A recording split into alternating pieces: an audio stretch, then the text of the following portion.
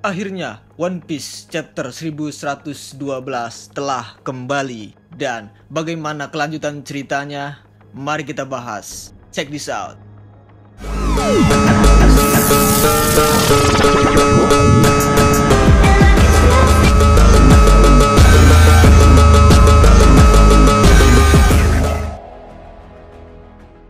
Halo, apa kabar nakama? Bagaimana kabar kalian hari ini? Dan pada video kali ini kita akan membahas chapter 1112 yang sangat menegangkan. So, stay tune dan tonton videonya sampai habis. Tanpa berlama-lama, mari kita lanjut. And let's go. One Piece chapter 1112 diberikan judul Aspek yang Keras. Judul ini kemungkinan merujuk kepada pukulan Red Rock Luffy yang mengenai kepala dari Warkuri, namun tidak bisa melukai Warkuri dan Luffy mengalami luka akibat serangannya sendiri. Pada chapter kali ini berisi 17 halaman dan disertai cover story perjalanan Yamato mengunjungi kuil di kastil ibu kota bunga. Kinemon memberi Yamato sejumlah uang dan meminta bantuan. Chapter pun dimulai dengan laporan marinir yang mengatakan semua pasifista yang tersisa di Pulau Egghead telah dikalahkan. Namun tidak disebutkan dalam laporan dan ditunjukkan Nus Juro telah mengalahkan pasifista di Pulau Egghead.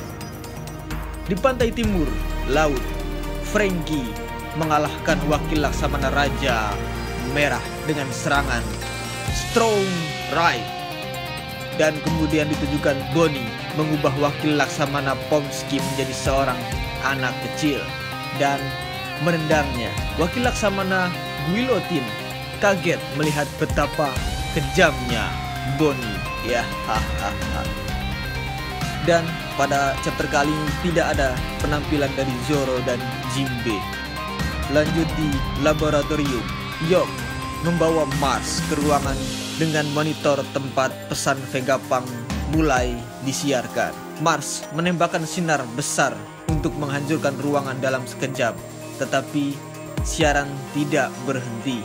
Kemudian Yok menjelaskan bahwa sumber sebenarnya dari siaran tersebut adalah versi terbaru dari Denden Mushi yang dibuat oleh Vegapunk yang disebut Haishin Denden Mushi atau distribusi Denden Mushi yang disembunyikan di tempat lain.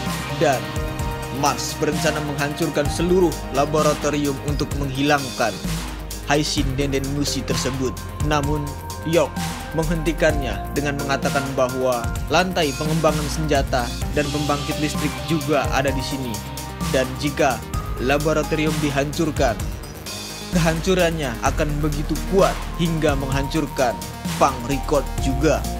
Kemudian saat mereka berbicara, Mars merasakan suara yang sangat kecil yang berasal dari Punk Record. Dia pikir itu pasti Denden Mushi yang dicari. Jadi dia terbang menuju ke sana. Panel pun berpindah ke Stussy dan Kaku. Dia sudah sadar. Kaku bertanya pada Stussy, apakah dia telah ditinggalkan oleh kru topi jerami setelah dia mengkhianati CP0 demi mereka? Stussy pun menjawabnya, aku memilih untuk tetap di sini untuk menyelesaikan pekerjaan terakhirku, ujarnya. Aku akan mematikan Frontier Dome sementara kru topi jerami kabur. Kemudian kita ditunjukkan kelompok Nami. Usopp telah menyiapkan Cop to Boss di Sunny, tapi tanpa Vega Force 1, Sunny tidak bisa terbang cukup jauh untuk sampai ke laut.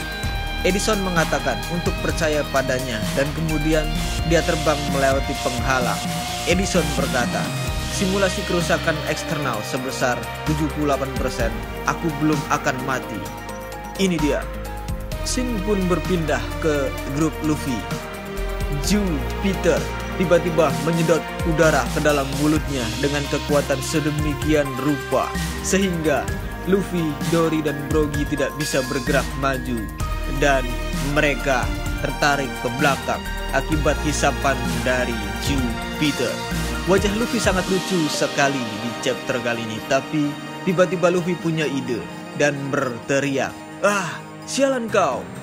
Jika kau sangat lapar, bagaimana kalau kau makan gedung ini?" Kemudian Luffy menendang seluruh bangunan dan merusaknya. Bangunan seketika tersedot ke dalam mulut Jupiter. Setelah itu, Luffy kehabisan energi dan berubah menjadi Luffy yang tua. Dan Brogy memberinya makanan darurat spesial Elbaf yang disebut Haikari. Dan nampaknya Luffy tidak menganggap Haikari enak sama sekali. Tapi dia segera kembali ke bentuk normalnya. Bukan Gear 5. Warkuri mengejar mereka. Jadi Luffy menggunakan Gomu Gomu no Red Rock ke kepala Warkuri. Tetapi justru melukai tangannya sendiri karena kepala Warkuri yang sangat keras. Shin pun berpindah ke fase Labo. Saturnus sedang naik ke atas awan. Kita bisa melihat kakinya mencapai tempat kelompok Nami. Dan berpindah ke pantai timur laut, ke grup Bonnie kembali. Salah satu raksasa ditebas secara tiba-tiba. Dan tebasan tersebut berasal dari Nazjuro. Nazjuro pun muncul berdiri di depan kapal Elbaf. Dan nampaknya di panel ini Nazjuro sangat menakutkan. Bonnie berkata, "Hah? Siapa kau?" Dan Shin pun berpindah kembali ke Punk Records. Di halaman terakhir chapter ini, Mars kembali ke bentuk manusianya, sementara pesan Vegapunk masih disiarkan. Saka berkata, "Stella, kita punya waktu 1 menit lagi." Vegapunk, "Aku tahu itu." Kemudian Mars menemukan Haishin dan Mushi di lantai ruangan yang gelap. Mars berkata, "Jadi ini dia, kau kurang beruntung, Vegapunk." Tiba-tiba Mars mendengar sesuatu yang aneh dengan efek suara yang digunakan untuk gelembung atau cairan. Kemudian Mars melihat ke arah atas dan mengamati sesuatu dengan wajah yang serius. Kemudian chapter pun berakhir, teman-teman. Untuk minggu depan kabar gembira dan tidak ada libur. Dan sekian chapter 1112 kali ini. Mohon maaf bila ada kekurangan. Semoga kalian menyukai video kali ini. Terima kasih. Salam Nobar Anime.